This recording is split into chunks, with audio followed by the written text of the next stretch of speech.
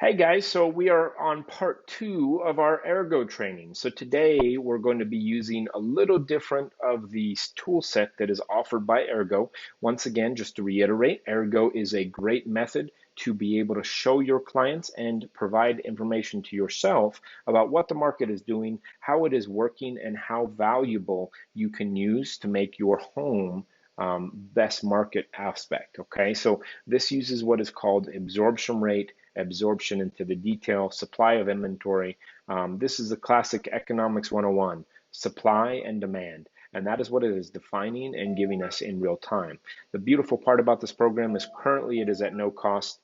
In October, they do look like they will be going up in charge. But at the moment, you can use this tool as a resource in your listing presentations, in your buyer presentations, and it will give you a sense of credibility in that fashion. So as I mentioned, we set up our account yesterday. We started our first process. We went over some of the search criteria. Today, we're going to drill that down a little bit and kind of get into some actual indicators and using some of the graph techniques that we can play into action. Okay, so what we're going to do is we're going to look at just the entire marketplace as a whole.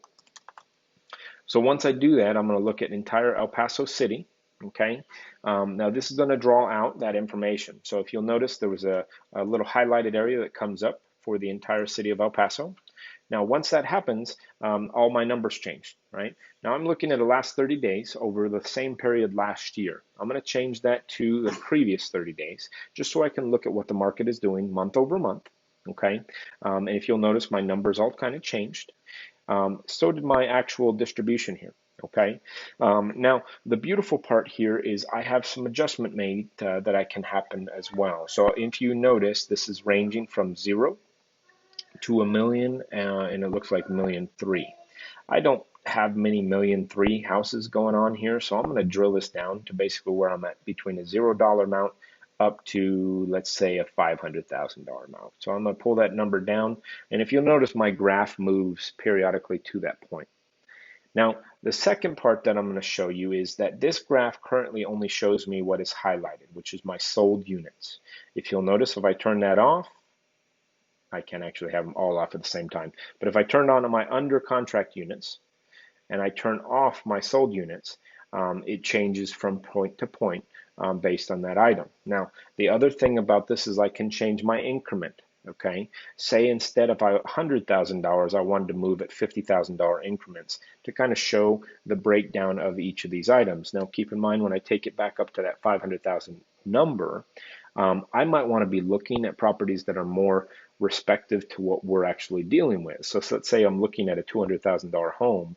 I might want to take this down and make this graph look a little bit more realistic in what I'm actually dealing with, right? Between that number of maybe 100,000, let's say 100,000, and what this looks like about 370. So just something to kind of keep in mind that if you make this graph look more realistic, instead of, if this pulls out to 3 million, my graph looks ridiculous. Whereas if I bring it back down, it now is more realistic to what is actually going on and shows my client and myself what is actually going on. So as you notice, I can turn on up to all 4 of these, or I can turn them off. Now I get a lot of dots on the thing. Obviously I have 800 units here, 1100 units here, 1000, 178. So there's a lot of unit base. But this can show me things like trends. For instance, I have sold units that have had a spike in that range of 160 to 180, right? So I can see the fact of where most of my volume is. And I can see that information. Now, once I'm moving from that point and I look at things like secondary indicators, this is where it starts to become really rich in value. Okay, now this is breaking down specifics. Now, if you'll notice a couple things that are happening here. The first part is this is looking between July 12th, 2020 and August 11th, 2020.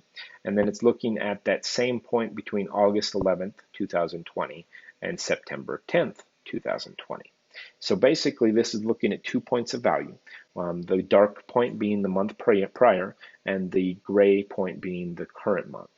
Now, what that's allowing me to do is look at what is our inventory volume, right? How much volume is currently in the marketplace as a whole, okay? So currently at 325 million influxed into the market. Now, once again, I can change my timeline here if I wanted to look at the last 12 months, and I can see that as well, okay? I can also break this down to if I wanted to see the entire market as well, and then based on inventory units. There's my move, okay? So things move at a different pace. So this shows what that inventory increase in volume has been. My units have been, right? So I had 2,800 units, and whereas the previous point, I had 1,312 units. And it breaks down that information. Now, the next one is actually going to be what I think is one of the more powerful ideas, is what is trending right now. Okay. Now, once again, I have a slider unit that I can break down if I want to look at that trend in a more specific nature or a broader nature. Okay. And I can do that both on volume and units. Okay. And just to kind of look at what the market's doing. The next part I have is what is called KMI detail. Now remember, as I pull off these units, that's going to be relative of the number that we're actually dealing with, okay? Now, the second item that I want to show you is actually what happens after all this is put together. So KMI detail breaks down the issues of what we're looking at. It shows us what our August to August 2018 to 2019 and 2019 to 2020 are, okay? So basically I can tell that increase in units, okay, over the entire El Paso marketplace, we have said 7,706 units sell. Whereas today we are looking at 12 months over 12 months, 8,000 units that have actually sold, to include the also volume, okay? And then we have what is called under contract basis. Now, under contract basis will go into that same category. You are looking at what is going on. These are all key metric indicators in order to make sure that you are getting valuable information to you and to your client. Now, before I go on to the next part of what we're going to talk about and how we're going to change and adjust this and make it really specific, I want you to realize how we're looking at this. So the first part is that we are looking at also this little indicator here that talks about how many months of inventory means. Okay, so anything of months of inventory less than 5 is going to be a buyer's market. And anything below 5 months is going to be a seller's market. Anything above 5 months will be a buyer's market. We are obviously in a seller's market currently, and we can see that by the months of inventory that we're dealing with.